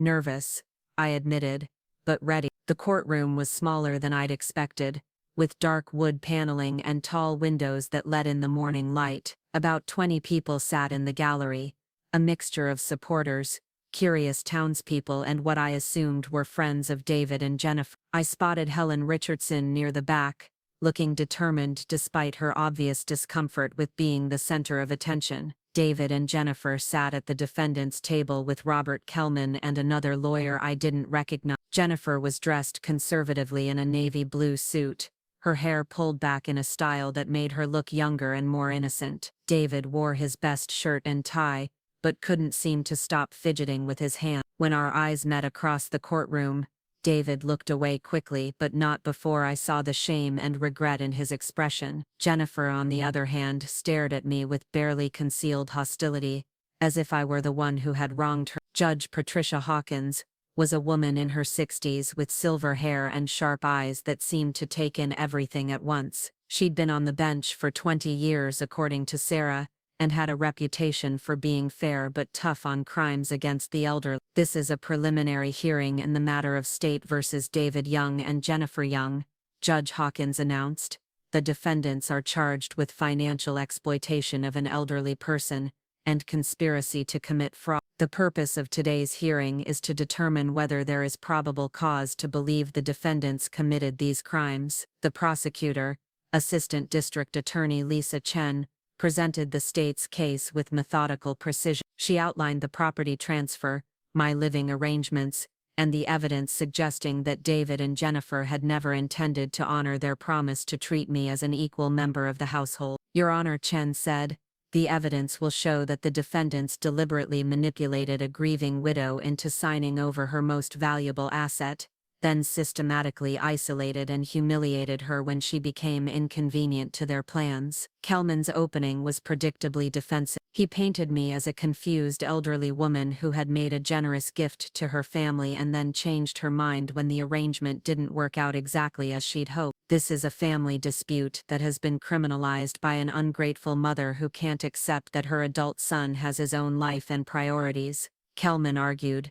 "Mrs. Young voluntarily transferred the property and now regrets her decision. That may be unfortunate, but it's not criminal." The first witness was Detective Santos, who testified about her investigation and the evidence she'd uncovered. She was professional and thorough, walking the judge through the timeline of events and explaining why she believed the case warranted criminal charges. "In my 15 years investigating elder abuse cases," Detective Santos said, "I've rarely seen such clear evidence of premeditation and deliberate cruelty toward a vulnerable victim." Kelman's cross-examination focused on trying to make my behavior seem unreasonable and vindictive, but Detective Santos held her ground, calmly explaining that elderly victims often struggle with the decision to report family members who abuse them. The next witness was Tony, the financial counselor from the shelter, who testified about the psychological tactics commonly used to manipulate elderly people into financial decisions that aren't in their best interest. Miss Young exhibited classic signs of someone who had been emotionally coerced, Tony explained. She was isolated, made to feel dependent and grateful, and gradually convinced that her own needs were less important than everyone else's comfort. When Helen Richardson took the stand, the courtroom became completely silent. She looked pale but determined as she raised her right hand and swore to tell the truth. Sarah played the recording of Jennifer and Patricia's conversation, and I watched the judge's expression change as she heard Jennifer laughing about my exile to the garage. The callousness in Jennifer's voice was even more shocking in the formal setting of the courtroom than it had been when Helen first played it for me. "Mrs. Richardson," Sarah asked, "did you witness any other interactions between the defendants and Mrs. Young that concerned you?" Helen described seeing me carrying my belongings to the garage, noticing that I was excluded from family activities, and observing how Jennifer spoke to me when she thought no one was listening. There was a coldness in her voice, Helen said, like she was talking to an unwelcome stranger rather than the woman who had given her a house. Kelman's cross-examination was aggressive, trying to paint Helen as a nosy neighbor who had violated my family's privacy by recording private conversations. But Helen remained calm and focused on the facts. "I recorded those conversations because I was concerned about Miss Young's welfare," she said firmly.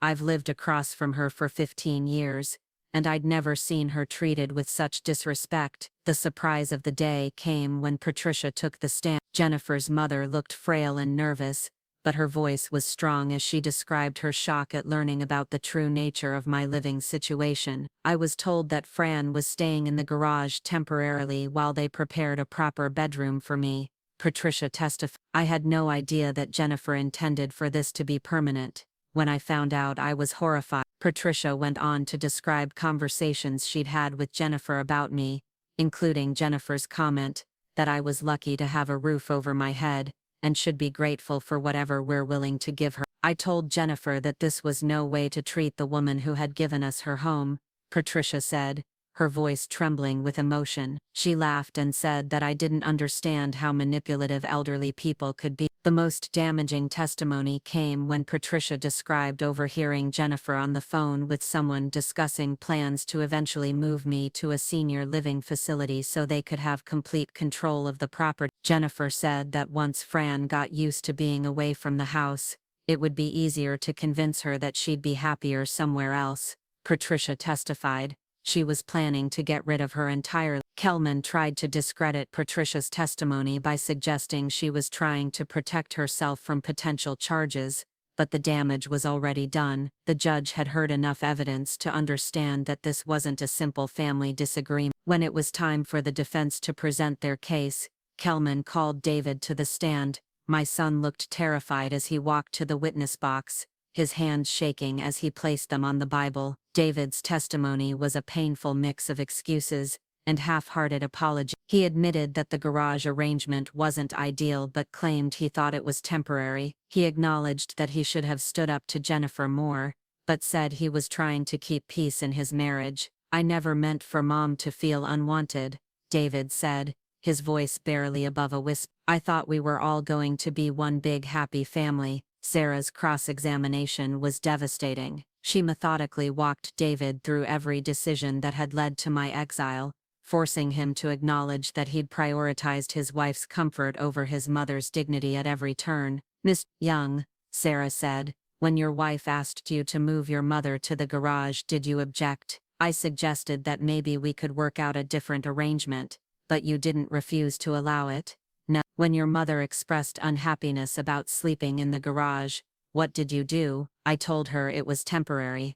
"But you knew it wasn't temporary, didn't you? You knew your mother-in-law was planning to stay permanently." David's composure finally cracked. "I didn't know what else to do. Jennifer was my wife. She said her mother needed a place to stay, and Mom had given us the house. I thought Mom would understand that she should be grateful to sleep next to paint cans and garden tools in her own home." David started crying then, and I felt a pang of sympathy for him despite everything he'd done to me, but I also felt a grim satisfaction that he was finally being forced to confront the reality of his choices. Jennifer's testimony was a disaster from the moment she opened her mouth. Where David had been apologetic and remorseful, Jennifer was defensive and combative. She insisted that I had been treated well, that the garage was actually quite comfortable, and that I was being unreasonable to expect special treatment just because I'd given them the house. "Fran got exactly what she asked for," Jennifer said,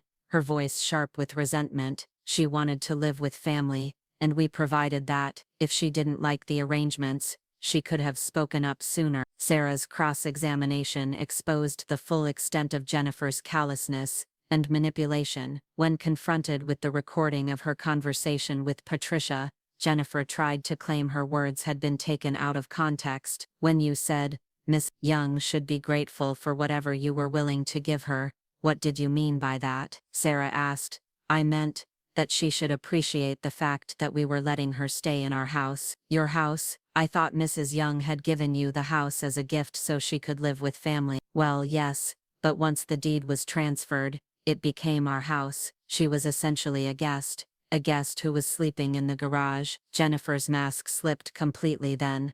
The garage was perfectly adequate. She had privacy, she had space for her things, and she wasn't interfering with our family routines. By the time Jennifer stepped down from the witness stand, even some of the people who had come to support her looked uncomfortable. Her testimony had revealed a level of coldness and entitlement that was impossible to justify or excuse. Kelman's closing argument was a last-ditch effort to portray the situation as a misunderstanding rather than a crime. He acknowledged that mistakes had been made, but argued that criminal charges were inappropriate for what was essentially a family dispute. Your Honor, Kelman said, this is a case of good intentions gone wrong, not criminal exploitation. The defendants made errors in judgment, but they didn't set out to harm Mrs. Young. Assistant District Attorney Chen's closing was a powerful summary of the evidence against David and Jennifer. She reminded the judge that elder abuse often happens within families, perpetrated by people who believe their victim has no recourse. The defendants took advantage of Mrs. Young's grief and loneliness to steal her home, Chen argued. They isolated her, humiliated her, and planned to eventually discard her entirely when she became too inconvenient. This is exactly the kind of predatory behavior that our elder abuse laws were designed to prevent. Judge Hawkins took a brief recess to review the evidence before delivering her ruling. When she returned to the bench, her expression was stern and uncompromised. I have reviewed the testimony and evidence presented today, she began, and I find that there is more than sufficient probable cause to believe that the defendants committed the crimes with which they are charged. She went on to detail the evidence that supported the charges, including the recording, Patricia's testimony, and Jennifer's own admissions about her intention. The evidence suggests a deliberate and calculated scheme to exploit an elderly woman's vulnerability for financial gain, Judge Hawkins said. The fact that Mrs. Young is the defendant's mother and mother-in-law makes their conduct more reprehensible, not less. The judge set a trial date for 6 weeks later and denied Kelman's request for reduced bail, saying that the defendants had shown a pattern of manipulative behavior that made them a potential threat to witnesses. As we left the courtroom, Sarah was practically beaming with satisfaction. That couldn't have gone better if we'd scripted it ourselves, she said. Jennifer's testimony alone probably convinced the judge that these aren't people who can be trusted to honor agreements. I felt a mixture of relief and sadness as we walked down the courthouse steps. The legal system had validated my experience and acknowledged that what David and Jennifer had done to me was criminal, but I also knew that this victory had come at the cost of any chance of reconciling with my son. That evening, Margaret and several other shelter residents organized a small celebration in the common room. They'd followed the news coverage of the hearing and wanted to show their support for what I'd accomplished. You've given hope to a lot of people, Margaret told me as we shared cake and coffee. Women call here every day asking about the lady who fought back against her family and won. Rosa, who was still staying at the shelter while her divorce proceeded, raised her coffee cup in a toast to Frances Young, who proved that you're never too old to stand up for yourself. The attention was overwhelming but also gratifying. I'd spent so many months feeling powerless and isolated that it was hard to believe I'd become someone that other women looked up to. But I was beginning to understand that my fight wasn't just about me anymore. It had become a symbol of resistance for anyone who'd ever been told to accept unacceptable treatment, because family is family. The weeks leading up to the trial passed quickly. Sarah and I met regularly to prepare my testimony and review the evidence. The media attention continued to grow, with reporters from regional newspapers and television stations covering the case as an example of elder abuse in rural communities. I received hundreds of letters from people sharing their own stories of family financial abuse. Some had fought back successfully, others had accepted their situations and lived to regret it, and many were still trying to decide what to do. Each letter reminded me of why I'd chosen to pursue criminal charges despite the personal cost. One letter particularly moved me. It was from a woman in Kentucky whose son had stolen her life savings and left her homeless. She'd been too ashamed to report him until she read about my case in the newspaper. "Your courage gave me permission to value myself," she wrote. "I filed charges against my son last week, and for the first time in years, I feel like I have some control over my own life." David tried to contact me several times as the trial date approached, but I refused to take his calls. Sarah advised me that any conversation with him could potentially compromise the case, and I didn't trust myself to maintain the emotional distance I needed to see this through. The one exception was a brief phone call about the boys. Amy, Jennifer's sister, called to let me know that Marcus and Jake were struggling with the situation and had been asking to see me again. "I know this is complicated," Amy said, "but they're just children. They don't understand why their world has been turned upside down." I agreed to another supervised visit, this time at the shelter where Margaret could help facilitate the conversation. The boys were quieter than before, more subdued, and I could see the stress wearing on them. "Grandma," Marcus asked during one of our games, "are Mommy and Daddy going to jail?" I looked at Margaret, who nodded encouragingly. We'd discussed how to handle this question if it came up. "They might have to go away for a while," I said carefully. "They made some choices that hurt people, and sometimes when grown-ups do that, there are consequences." "Did they hurt you?" "Yes, sweetheart, they did hurt me. But that doesn't mean they don't love you. Sometimes people we love make mistakes, and we have to figure out how to forgive them while still protecting ourselves." Jake, who had been quiet for most of the visit, suddenly burst into tears. "I want everything to go back to the way it was before. I want Mommy and Daddy to come home, and I want you to live with us again." I held him while he cried, my own tears falling silently. This innocent child was paying the price for his parents' greed and selfishness, and there was nothing I could do to shield him from that pain. "Jake," I said softly, "sometimes we can't go back to the way things were. But that doesn't mean good things can't happen in the future. It just means they might be different good things than we expected." As the visit ended, both boys clung to me desperately. Amy promised to bring them to see me again soon, but I could see the uncertainty in her eyes. If David and Jennifer went to prison, the boys' future would become even more complicated and unstable. That night, lying in my narrow bed at the shelter, I questioned my decision for the first time since I'd made it. Was justice worth the pain it was causing innocent children? Was my dignity more important than keeping their family together? But then I remembered Jennifer's voice on that recording, laughing about my exile to the garage. I remembered David's weak excuses and his willingness to sacrifice my comfort for his wife's approval. I remembered the months of feeling like an unwanted burden in my own home. And I remembered Margaret's story about the woman whose daughter continued to steal from elderly people because there had been no consequences for her actions. Some lessons could only be learned through experiencing real accountability. If David and Jennifer faced no consequences for what they'd done to me, they might do it again to someone else's mother or grandmother. And my grandsons would grow up thinking that this kind of treatment was acceptable. The trial was just days away, and I was as ready as I'd ever be to face whatever came next. Francis Young had come too far to back down now. The morning of the trial, I woke up before dawn with butterflies in my stomach and a strange sense of calm. This was the day I'd been preparing for, the day when my story would be told in its entirety, and a jury would decide whether justice mattered more than family loyalty. As I got dressed in my best suit, I thought about Carl and wondered what he would have thought of everything that had transpired. He'd always been protective of me, always insisted that I deserved to be treated with respect.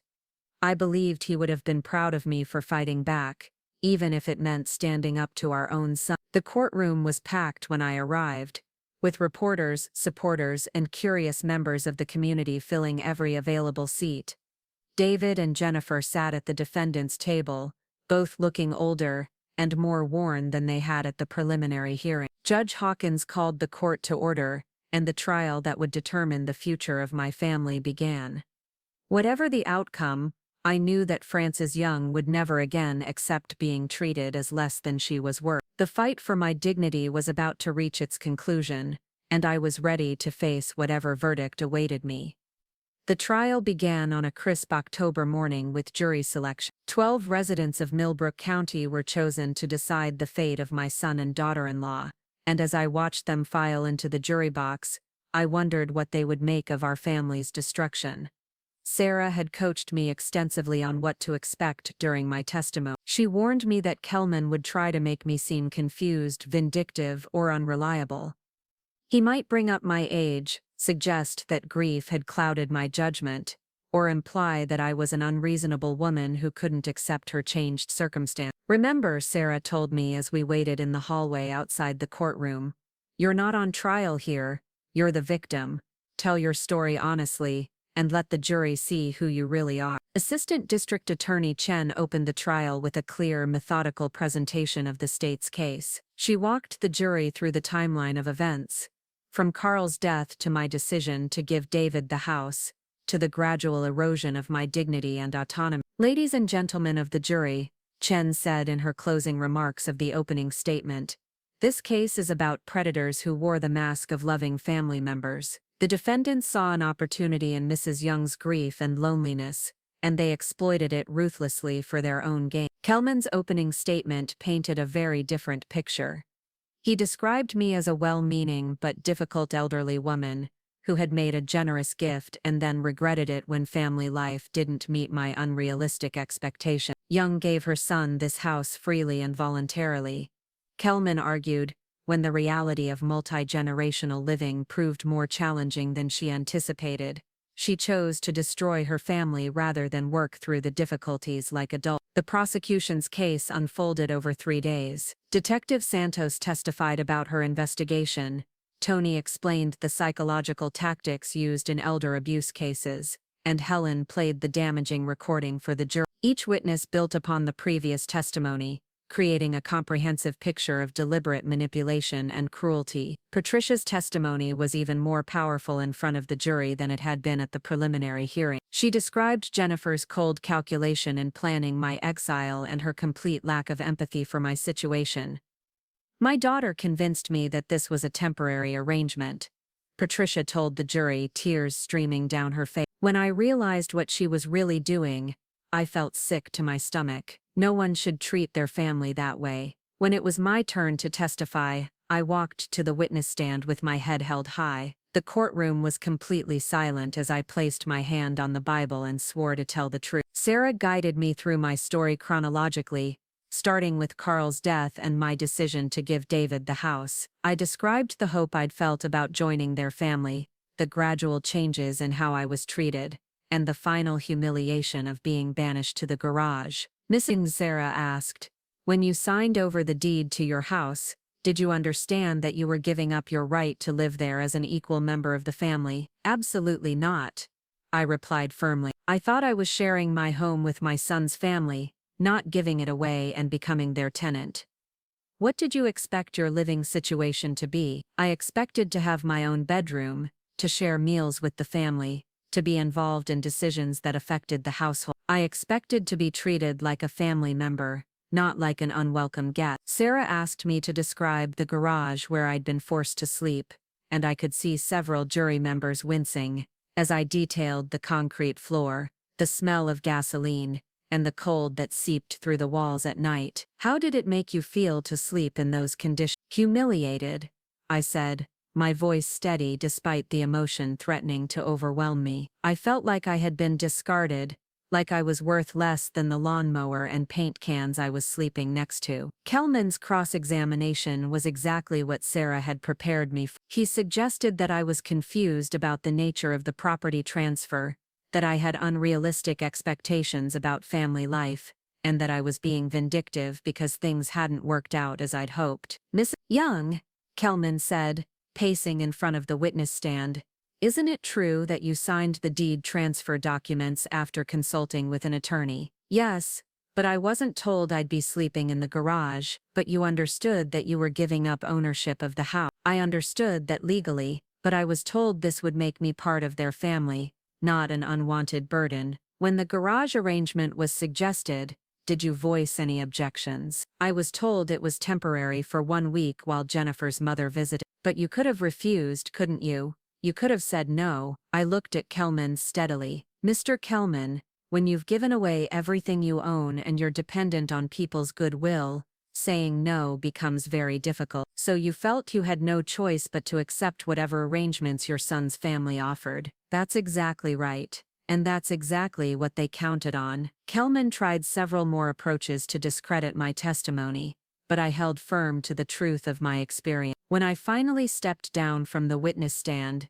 I felt exhausted but proud. I had told my story honestly and completely. The defense case was brief and unconvincing. David took the stand again, repeating his earlier testimony about not meaning to hurt me and thinking the arrangement was temporary. But under cross-examination, he admitted that he had never set a specific end date for the garage arrangement and had made no effort to find alternative solutions. Jennifer's second appearance on the witness stand was even more damaging than her first. She seemed to have learned nothing from the preliminary hearing, maintaining her defensive posture and showing no genuine remorse for her actions. When asked by her own lawyer if she regretted how the situation had been handled, Jennifer said, "I regret that it became so blown out of proportion. We were trying to accommodate everyone's needs, and Mrs. Young chose to make it into a legal matter instead of working with us." Chen's cross-examination exposed Jennifer's continued lack of understanding about what she had done wrong. "Miss Young,"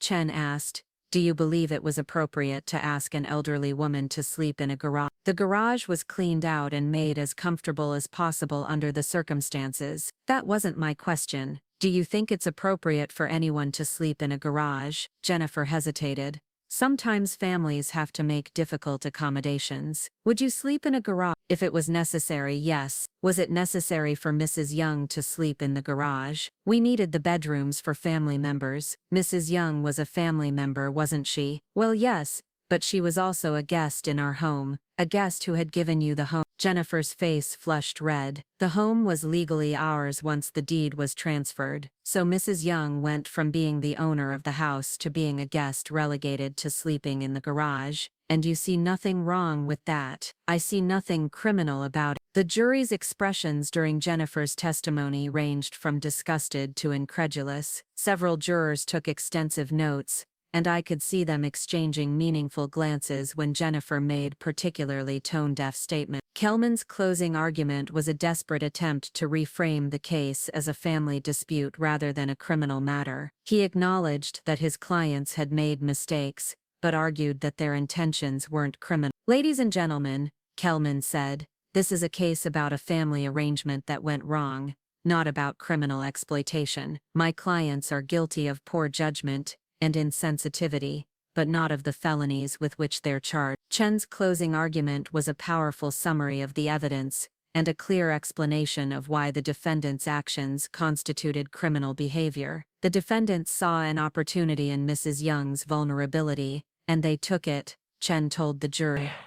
They manipulated her grief and loneliness to steal her home, then systematically stripped away her dignity when she became inconvenient. This is exactly the kind of predatory behavior our laws are designed to punish. The jury deliberated for less than 4 hours. When they returned to the courtroom, their faces were solemn and determined. The foreperson, a middle-aged woman, who reminded me of Helen Richardson, stood to deliver the verdict. On the charge of financial exploitation of an elderly person, we find the defendant David Young guilty. My heart pounded as she continued. On the charge of conspiracy to commit fraud, we find the defendant David Young guilty. On the charge of financial exploitation of an elderly person, we find the defendant Jennifer Young guilty. On the charge of conspiracy to commit fraud, We find the defendant Jennifer Young guilty. The courtroom erupted in murmurs and gasps. I felt Sarah's hand squeeze mine as the reality of the verdict sank in. David buried his face in his hands while Jennifer stared straight ahead,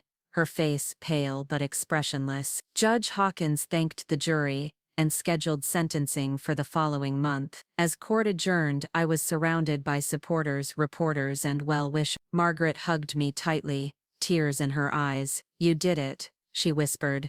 "You actually did it." The local newspaper's headline the next day read, "Family Convicted in Elder Abuse Case." The story was picked up by state and national media, turning my fight into a symbol of the broader problem of family financial abuse. I received hundreds more letters from people sharing their own stories and thanking me for having the courage to speak out. One letter from a social worker in California particularly moved me. "Your case has already changed how we investigate family abuse situations," she wrote. "Prosecutors here are using your story to educate juries about the realities of elder exploitation. You've helped more people than you'll ever know." The month between the verdict and sentencing passed quickly. Sarah and I prepared a victim impact statement that I would read at the sentencing hearing. I wanted the judge to understand not just the financial harm that had been done to me, but the emotional devastation of being betrayed by my own family. Amy brought the boys to see me one more time before the sentence. They were staying with her permanently now, as David and Jennifer prepared for the possibility of prison time. Marcus and Jake seemed more settled than before, though I could see the sadness in their eyes when they looked at me. "Grandma," Jake asked during our visit, "when Mommy and Daddy come back, will you forgive them?" I considered the question carefully. Forgiveness was something I'd been thinking about a lot. As the trial concluded, "Forgiveness is complicated, sweetheart," I told him. "I can forgive your parents for hurting me, but that doesn't mean everything goes back to the way it was before. Sometimes forgiveness means letting go of anger but still protecting yourself from being hurt again. Will you ever live with us again?" "I don't think so, Jake. But that doesn't mean I don't love you and Marcus. Love and living together are two different things." Marcus, who had been quiet during most of the conversation, suddenly spoke up. "Aunt Amy says you're going to get your house back." "I am. Are you going to live there all by yourself?" "For now, yes, but you're welcome to visit me anytime your Aunt Amy says it's okay." "Can we have sleepovers like before?" I smiled, feeling hope for the first time in months. "I'd love that." The sentencing hearing was held on a gray November morning. The courtroom was packed again, with many of the same faces I'd seen throughout the trial. David and Jennifer sat with their lawyers, both looking resigned to their fate. Judge Hawkins called the court to order and asked if I wanted to read my victim impact statement. I stood and walked to the podium, my hands shaking slightly as I unfolded the paper Sarah and I had prepared. "Your Honor," I began, "when I gave my son my house, I thought I was ensuring that I would never be alone again. Instead, I learned that loneliness isn't about being by yourself. It's about being surrounded by people who treat you like you don't matter." I went on to describe the months of humiliation and isolation, the gradual erosion of my self-worth, and the devastating realization that my own child saw me as nothing more than a source of free labor and housing. "The financial crime was serious," I continued, "but the emotional abuse was worse. David and Jennifer didn't just steal my house, they stole my dignity, my sense of security, and my faith in family love." I looked directly at David as I spoke the final words of my statement. "I hope that someday David will understand that real love requires respect, and that families who truly care about each other don't treat their most vulnerable members like burdens to be hidden away. I hope he learns this lesson before his own children are old enough to treat him the way he treated me." When I finished and returned to my seat, there wasn't a dry eye in the courtroom. Even some of the reporters were wiping away tears. Kelman presented character witnesses for both defendants, trying to convince the judge that they were essentially good people who had made terrible mistakes. Several of David's co-workers testified about his work ethic and generosity, and Jennifer's sister Amy spoke about her love for her children. But the judge seemed unmoved by these testimonials. When it came time for sentencing, her words were clear and firm. The defendant's crimes were not impulsive acts committed in the heat of emotion. Judge Hawkins. They were calculated, deliberate actions designed to exploit a vulnerable elderly woman for financial gain. The fact that Mrs. Young was the defendant's mother and mother-in-law makes their conduct more reprehensible, not less. She sentenced David to 2 years in state prison, with the possibility of parole after 18 months. Jennifer received 3 years, with the possibility of parole after 2 years. I'm imposing a longer sentence on Jennifer Young, the judge explained, because the evidence suggests she was the primary architect of this scheme, and showed no genuine remorse for her action. Both defendants were also ordered to pay restitution for my legal expenses and emotional damages, and they were prohibited from having any contact with me for 5 years after their release from prison. As the bailiffs led David and Jennifer away in handcuffs, I felt a complex mixture of emotions. Justice had been served, but watching my son being taken to prison was still one of the most painful experiences of my life. The civil case proceeded separately, and was resolved much more quickly. With the criminal convictions as evidence, David and Jennifer's lawyer advised them to settle rather than face additional damages in a jury trial. The house was deeded back to me, along with compensation for the improvements they had made, and the emotional distress they had caused. I returned to my home on a cold December morning, 3 months after I'd been sleeping in the garage. Walking through the rooms felt surreal, like visiting a place from a half-remembered dream. Jennifer had redecorated extensively, and I spent the first week putting things back the way I wanted them. The hardest part was going into what had been the garage. I stood there for a long time, looking at the spot where my cot had been, remembering the cold and humiliation and despair I'd felt in this space. Then I called a contractor and had the entire garage converted into a workshop where I could pursue the woodworking hobby Carl had always encouraged me to try. Spring came early that year, and with it came the first of many visits from Marcus and Jay. Amy had been true to her word about maintaining the boys' relationship with me, bringing them over every other weekend, and for longer stays during school breaks. The boys were adjusting well to their new life with Amy, though they still asked about their parents regularly. I tried to answer their questions honestly without speaking harshly about David and Jennifer. They would form their own opinions about their parents' actions as they grew older. Helen Richardson became a regular visitor, stopping by for coffee and conversation several times a week. Our shared experience of the trial had forged an unexpected friendship, and I was grateful for her company and support. "Do you ever regret it?" she asked me one afternoon as we sat in my kitchen, drinking coffee and watching the boys play in the backyard. "Which part?" "Fighting back, taking them to court." "All of it." I considered the question carefully. "I regret that it was necessary. I regret that my grandsons had to go through the trauma of seeing their parents arrested and convicted. I regret that David chose Jennifer's comfort over my dignity.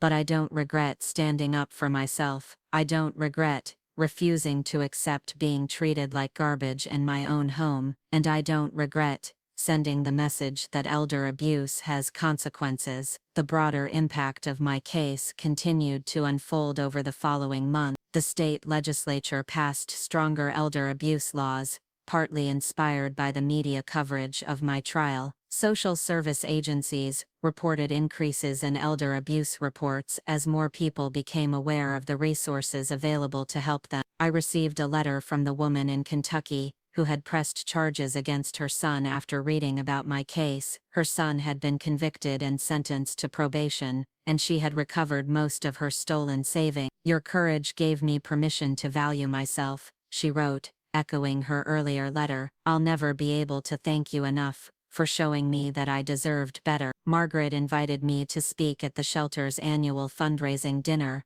and I found myself becoming an advocate for elder rights in ways I'd never expected. I joined the board of the county's Senior Services Agency, and began working with prosecutors to educate them about the realities of family financial abuse. David was released from prison after serving 16 months of his sentence. He moved to another state and began working for a construction company there. He sent me a letter on the anniversary of his release, apologizing again for what he had done, and asking if there was any possibility of rebuilding our relationship. I wrote back to tell him that I forgave him, but that forgiveness didn't erase the consequences of his choices. I told him that if he wanted to have a relationship with me in the future, it would have to be built on respect and honesty, not on the assumption that family loyalty excused any behavior. Love, without respect, is just manipulation. I wrote, if you've learned that lesson, perhaps we can find a way forward. If you haven't, then we have nothing to discuss. I never heard back from him. Jennifer was released 6 months later, and immediately moved across the country to live with relatives. She made no attempt to contact me, which was probably for the best. The boys received occasional cards and phone calls from her, but she seemed more interested in starting a new life than in rebuilding relationships with the family she had damaged. As I write this, it's been 3 years since the trial ended.